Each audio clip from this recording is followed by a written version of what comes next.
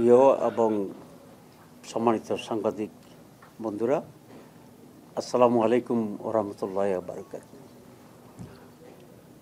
China political party, China communist পার্টির south Asia রিজনের যিনি director general, গত 3 দিন ধরেই বাংলাদেশে সফর করছেন, আপনারা দেখেছেন। এর ভিতরে বিভিন্ন রাজনৈতিক দল, পেশাজীবী সংগঠন, সরকারের প্রতিনিধি, আমাদের ইন্টেলেকচুয়ালস এবং সাংবাদিক নেতৃবৃন্দের সাথে তারা বৈঠক করেছে।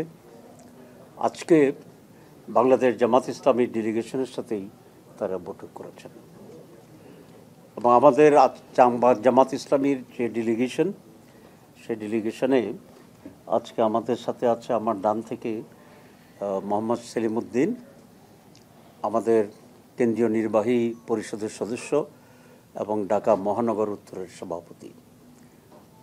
তারপরে আছেন নুরুল ইসলাম বুলবুল, ঢাকা দক্ষিণের সভাপতি এবং আমাদের নির্বাহী পরিষদ সদস্য। একদম আমার ডানে আছেন রফিকুল ইসলাম খান, উনি জামাত ইসলামের অ্যাসিস্ট্যান্ট সেক্রেটারি জেনারেল। আমার বায়ে মতিউর রহমান আকান্দ, আমাদের নির্বাহী সদস্য এবং জামাতের কেন্দ্রীয় প্রচার সম্পাদক। এরপরে আছে অ্যাডভোকেট জুবায়ের, উনি আমাদের পার্টির অ্যাসিস্ট্যান্ট সেক্রেটারি জেনারেল। আপনারা সবাই চিনেন, তারপরেও ফর্মালি আপনাদের সামনে পরিচয় করে দিয়েছি। আমাদের সাথে বেশ খোলামেলা আলোচনা হয়েছে।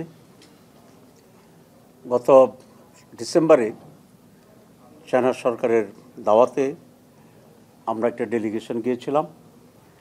আজকে যারা এখানে উপস্থিত আছে সকলেই আমরা ডেলিগেশনের মেম্বার ছিলাম। ওটা কিছুটা সরকারি সফর ছিল, কিন্তু আজকের যে মিটিংটা সেটা হচ্ছে পার্টি টু পার্টি মিটিং। এবং China is emerging force in the world as well as আমাদের রিজনের। এখানকার ইকোনমি এবং পলিটিক্সে, ইন্টারন্যাশনাল রিলেশনশিপে চায়নার ভূমিকা অত্যন্ত গুরুত্বপূর্ণ।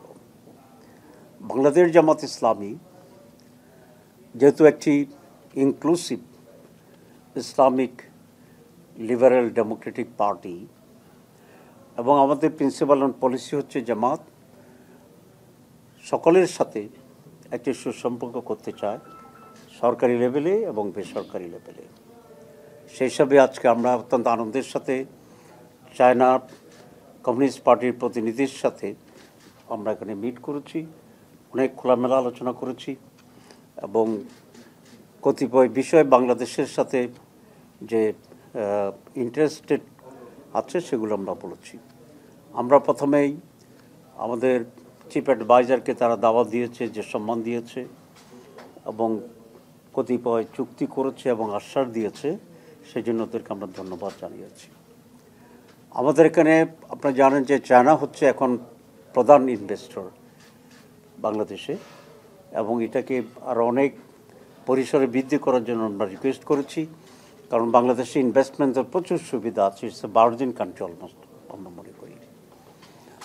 আমরা তিস্তা ব্যারেজের ব্যাপারে স্পেসিফিক্যালি বলেছি এবং সেকেন্ড পদ্মা ব্রিজ যে ইনভেস্ট করার জন্য আমরা বলেছি।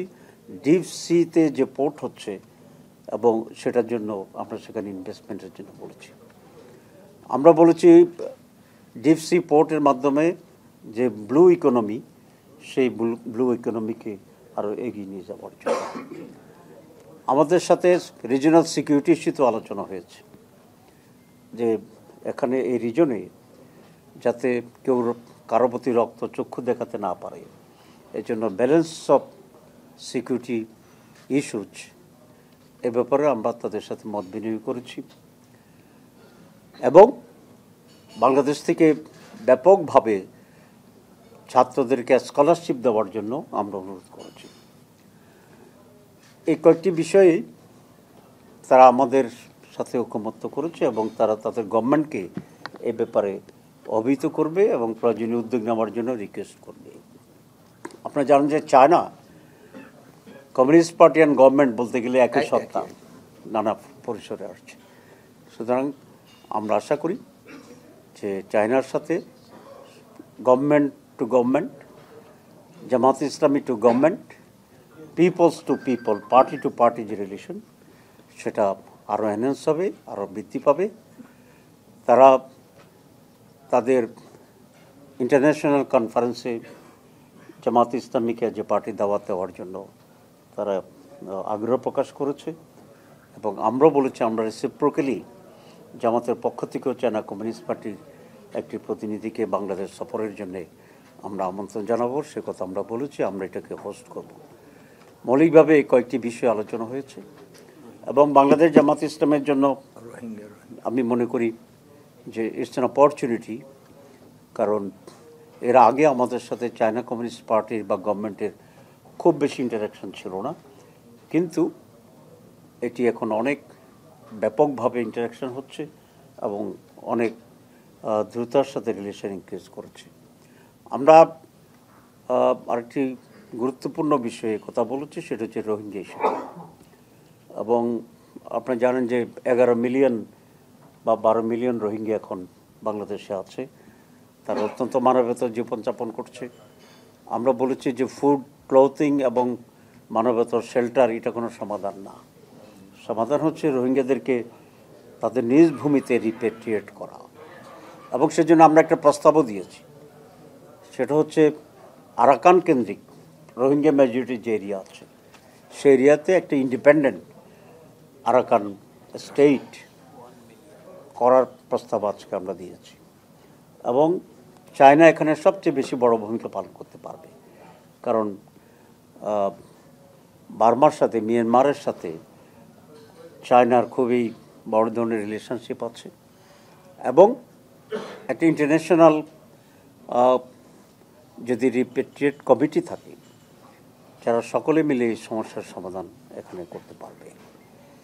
তো তারা বলেছে আমাদের এই নিউ প্রপোজাল যেটা হচ্ছে Arakan Muslim state with the Rohingyas, এটা তারা গভর্নমেন্টের কাছে বলবে, এবং এই ব্যাপারে তারা উদ্যোগ গ্রহণ করার জন্য চেষ্টা গ্রহণ করবে। তো এই ছিল আজকে মূলত আমাদের দুই ডেলিগেশনের এক্সচেঞ্জ অফ 11 মিলিয়ন না 11 মিলিয়ন 11 মিলিয়ন 11 মিলিয়ন হলে তো 1 কোটি 10 লাখ হয়েছে। সরি, এটা 11 লাখ 12 লাখের মতো। হ্যাঁ 12 লাখের মতো। ইলেকশনের ব্যাপারে তারা বলেছে, সংস্কার নিয়ে ওরা কথা বলেছেন। আমরা আমাদের যে সমস্ত পয়েন্টগুলো সংস্কারের জন্য আমরা এটা বলেছি, এবং আপনারা জানেন যে আমাদের সাথে ডিসকাশন চলছে। গতকাল আমরা সারাদিনেই ঐকমত্য কমিশনের সাথে মিটিং করেছি, এটা অব্যাহত আছে। আমাদের হয়তো আরো 2 দিন সময় লাগতে পারে আলোচনা করতে। সংস্কারের বিষয়গুলো বেশিরভাগই আমাদের অভ্যন্তরীণ বিষয়, কিন্তু আমরা নিজেরাই করব। জি, আপনারা পলিটিক্যাল পার্টিরা বিভিন্ন প্রপোজাল দিবেন সেই ভিত্তিতে, কিন্তু এই যে চীনা কমিউনিস্ট পার্টি এসেছে, চীন সরকার মূলত তারাই সবকিছুই পরিচালনা করে। এখন বাংলাদেশে যে তারা ইনভেস্ট করতে চাচ্ছে, বা বাংলাদেশের সবচেয়ে বড় ইনভেস্টর দেশ হিসেবে তারা এই মুহূর্তে আমরা মনে করছি, তারা কি এই যে নির্বাচিত সরকার বা অনির্বাচিত সরকারের বিষয়গুলো আপনাদেরকে না না এটা সহসাই নির্বাচনের কথা বলেছে? ব্যবসা মানে বিষয়টা এরকম কোনো আলোচনা হয়নি, কারণ তারা তো বর্তমান সরকার প্রধানকে ওয়েলকাম করেছে, ওনার সাথেই ওরা চুক্তি করেছে, গভর্নমেন্টের সাথে ইনভেস্ট করছে। আবার নির্বাচিত সরকার হলে যদি রিলেশনশিপ ভাবে মেনটেন করা যায়, তাহলে অবশ্যই তারা সেটাকে ইনভেস্টমেন্ট করবে। আসলে এখানে কোশ্চেন অফ মিউচুয়াল ইন্টারেস্ট, তাদেরও লাভ আমাদেরও লাভ, এটাই তো ফরেন পলিসি অ্যান্ড ফরেন ইনভেস্টমেন্টের। সেটা অব্যাহত, তারা যেটা জানতে চাইছে নির্বাচন কখন হতে পারে, কীভাবে হতে পারে। আমরা বলেছি যে আমাদের প্রধান উপদেষ্টা তো একটা লাইন দিয়েছেন যে ডিসেম্বর হইতে পারে, বেশি সংস্কার চাইলে জুনে হইতে পারে। তা আমরা বলছি এই প্রপোজালের সাথে আমরা ঐকমত্য পোষণ করি। তারা কি নির্বাচনের বিষয়ে কোনো নিজেদের না, তারা তাদের এমন কোনো স্পেসিফিক কোনো কথা প্রপোজাল ওরা বলেনি, এবং তারা এটা বলেছে খুব পরিষ্কার করে যে আমরা কোনো দেশের অভ্যন্তরীণ বিষয়ে আমরা হস্তক্ষেপ করি না, বাংলাদেশের বিষয়েও আমরা কোনোদিন হস্তক্ষেপে বিশ্বাস করি না। আমাদের কাজ হচ্ছে আপনাদের পলিসি এবং প্রোগ্রামকে সহযোগিতা করা, এবং তারা কোনো ইন্টারফেয়ার করতে চায় না, এটা ভেরি ক্লিয়ারলি তারা উচ্চারণ করেছে।